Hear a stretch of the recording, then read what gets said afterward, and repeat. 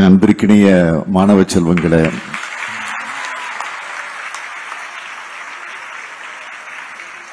உட்சஃபர்ட் பள்ளி குழுமத்தினுடைய நிர்வாகிகளே, பத்திரிகை மற்றும் ஊடகத்துறை சார்ந்த சகோதரர்களே, உங்கள் அனைவருக்கும் என்னுடைய அன்பான வணக்கம்.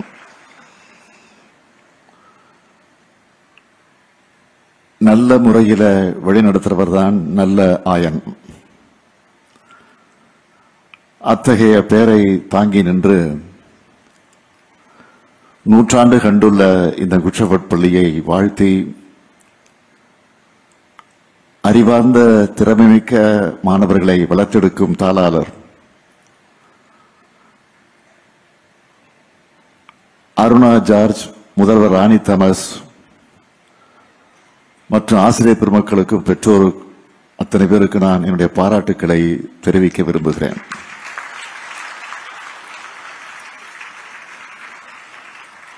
இன்றைக்கு சென்னை நாள். இந்த சென்னைக்கு பல்வேறு வரலாற்று அடையாளங்கள் இருக்கிறது.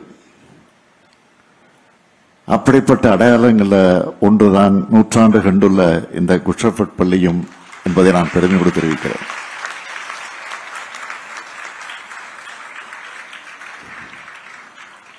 கல்வி எனும் பேராயுதத்தை கடைகோடி மக்களிடம் கொண்டு வந்து சேர்த்த வரலாறும் பெருமையும் கிறித்துவ தொண்டு நிறுவனங்களுக்கு இருக்கிறது. இந்த நெடிய பாரம்பரியத்தில் உட்சஃபர்ட் பள்ளிக்குன்னு ஒரு தனி இடம் இருக்கு. இதோட வரலாற்றை நான் எண்ணி பார்க்கிறேன். 1835 பிரான்ஸ் நாட்டில் பின்தங்கிய மக்களுக்கு கல்வியையும் வாழ்க்கையும் கொடுக்க உருவாக்கப்பட்ட இந்த நிறுவனம் 1854 இந்தியாவுக்குள்ள நுழைஞ்சு 110 கான்வென்ட்டுகளை உருவாக்கி இருக்கிறாங்க. 1925 இந்த பள்ளியை தொடங்கினாங்க. 100 ஆண்டுகள் ஆகியிருக்கிறது.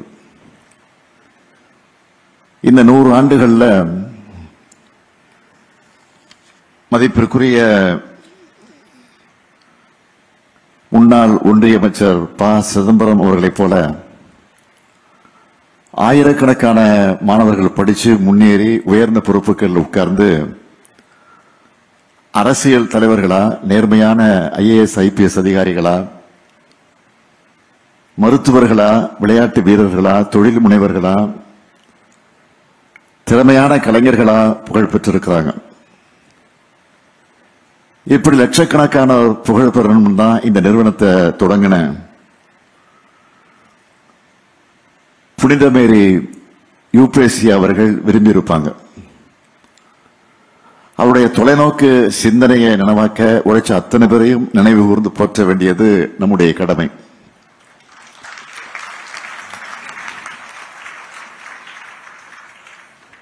கல்வியை பற்றி புனித மேரி யூப்ரேசி அவர்கள் என்ன சொன்னார்னா, கல்வி என்பது மனித ஆளுமையில் உளவியல் ரீதியாகவும், உடல் ரீதியாகவும், அறிவு ரீதியாகவும், அழகியல் ரீதியாகவும், ஆன்மீக ரீதியாகவும் சிறந்த அனைத்தையும் வளர்ப்பதுன்னு சொன்னார். அதாவது பாட புத்தகங்களை கடந்து பண்பாட்டை வளர்க்கும் கல்வியை வடிவமைச்சாங்க. அதனாலதான் அறிவுத்தாகம், இரக்கம் மற்றும் தைரியம், பொறுப்பான குடியுரிமை, பாதுகாப்பு மற்றும் நல்வாழ்வு, பங்கேற்பு மற்றும் ஜனநாயகம், வேற்றுமையில் ஒற்றுமை ஆகிய கொள்கைகள் கொண்டவங்களா மாணவர்களை உருவாக்க வேண்டும் என்று கட்டளையிட்டார். அந்த கட்டளையை ஏற்று பசுமையான இந்த பள்ளி வளாகத்தில் கல்வியோட பன்முக திறமைகளையும் கற்றுத்தந்து ஏராளமான திறமைசாலிகளை உருவாக்கி இருக்கீங்க. கல்வி பணிகளை கடந்து சமூக சேவைகளிலும் ஈடுபட்டு சமுதாயத்தில் புறக்கணிக்கப்பட்ட கல்வி, மறுக்கப்பட்ட கல்வி, கற்க இயலாத பெண்களுக்கு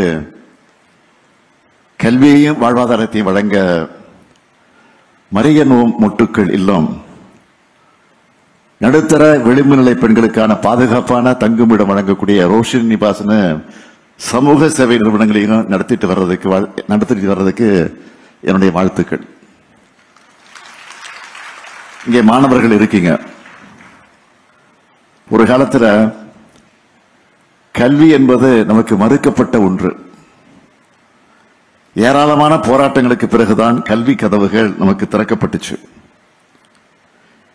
இன்னமும் கல்விக்காக போராடும் மக்கள் இருக்காங்க. கல்வியை ஊக்குவிக்க வேண்டும் என்பதற்காகத்தான் காலை உணவு திட்டம், நான் முதல்வன், புதுமை பெண், தமிழ் புதல்வன் நிறைய திட்டங்களை செயல்படுத்திக்கிட்டு இருக்கோம். இப்போ கூட பள்ளி மாணவர்களுக்காக சிறப்பு பேருந்துகளை தொடங்கி இருக்கிறோம். நம்ம எல்லா தரப்புக்கும் இத்தனை திட்டங்களை தொடங்கி எல்லாருக்கும் எல்லாரும் செயல்படுறோம். ஆனா இந்திய அளவில் பல மாநிலங்களில் வெறுப்புணர்வு தூண்டப்படுது. அதுக்கு அரசே துணை போகுது. இதுவரை இல்லாத அளவுக்கு இந்தியாவில் சிறுபான்மையினர் நெருக்கடிக்கு ஆளாகியிருக்காங்க. இதெல்லாம் நிரந்தரம் அல்ல. இந்தியாவோட மத நல்லிணக்கத்தை கெடுக்க நினைக்கிற சக்தியோட கோட்டம் ரொம்ப நாள் நீடிக்காது. சாதி மத பிரிவினை பார்க்காம எல்லோரையும் சமமா நடத்துற பண்பை ஸ்கூல்ல நீங்க வளர்த்துக்கணும். தும்பை விட்டு விட்டு வாழை பிடிக்க கூடாதுன்னு சொல்லுவாங்க. அப்படித்தான் தமிழ்நாடு எப்பவும் சமத்துவ பூங்காவா சகோதரத்தோட திகழணும்னா மாணவர்களான நீங்க இப்பவே அந்த எண்ணத்தோட வளர்ந்தாதான் முடியும். அதனாலதான் ஸ்கூல் நிகழ்ச்சியில கூட அரசியலும் அட்வைஸும் பேச வேண்டியதா இருக்கு. சமூக படிப்பில பலருக்கும் எல்லா வாய்ப்புகளும் கிடைக்கிறது இல்ல. வாய்ப்பு கிடைக்கிறவங்க அதனால வரக்கூடிய திறமைய வாய்ப்பு இல்லாதவங்களுக்கு கொண்டு சேர்க்கணும். இதுதான் புனித மேரி யூப்ரேசியா போன்றவர்கள் ஆற்றின தொண்டு. இன்னைக்கு நம்ம பள்ளியில படிக்கிற நீங்க அடுத்து பட்டப்படிப்பு, ஆராய்ச்சி படிப்புன்னு படிச்சு முன்னேறணும். இன்னைக்கு சயின்ஸ் எவ்வளவோ வளர்ந்துருச்சு. உங்களுக்கு தேவையான அறிவை பெற நிறைய ஆப்ஷன்ஸ் இருக்கு. அதுல இப்போ ஏஐயோட வளர்ச்சி புது புரட்சியை உண்டாக்கிட்டு இருக்கு. அதுக்காக எல்லாத்துக்கும் ஏஐ இருக்கு, நாம எதுக்குன்னு படிக்கணும்னு நினைச்சிடாதீங்க. எந்த கண்டுபிடிப்பையும் நீங்க உங்க வளர்ச்சிக்காகத்தான் பயன்படுத்தி இருக்கணுமே தவிர அது உங்களுடைய சிந்தனையை சிதைக்க அனுமதிக்க கூடாது.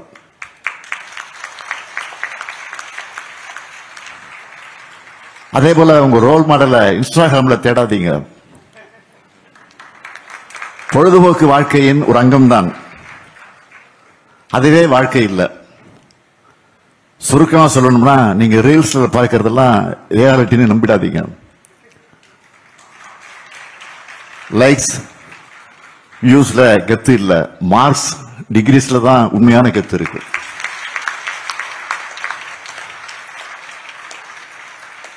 படிக்கிறதோட நல்லா விளையாடுங்க, உடல்நிலையும் பார்த்துக்க வேண்டும். டீச்சர்ஸும் இன்னைக்கு இருக்கக்கூடிய பசங்களுக்கு எந்த மாதிரி அப்கிரேட் ஆகணும், பேரண்ட்ஸும் நம்ம பசங்க என்ன நினைக்கிறாங்கன்னு காது கொடுத்து கேளுங்க, மனசை விட்டு பேசுங்க. அவங்களுக்கு ஒரு பிரச்சனை பயப்படாம நம்ம கிட்ட தைரியமா ஷேர் பண்ணணும். அந்த நம்பிக்கையை அவங்களுக்கு நீங்க கொடுக்கணும். பசங்க கிட்ட உங்க பெஸ்ட் ஃப்ரெண்ட் யாருன்னு கேட்டா எங்க அப்பா அம்மான்னு சொல்லணும். அப்படி பழகுங்க. கல்வி, நண்பர்கள், சூழல் இதுதான் பசங்களோட எதிர்காலத்தை தீர்மானிக்கும். எனவே நல்ல ஆயராக இருந்து பசங்களை முன்னேற்றணும்னு அனைவரையும் வாழ்த்தி குஷபட் பள்ளிக்கு 100 வாழ்த்துக்களை மீண்டும் தெரிவித்து இந்த இணைய வாய்ப்பை தந்த இந்த பள்ளியினுடைய நிர்வாகத்துக்கு மீண்டும் என்னுடைய நன்றியும் வணக்கத்தையும் தெரிவித்து விடைபெறுகிறேன். நன்றி, வணக்கம்.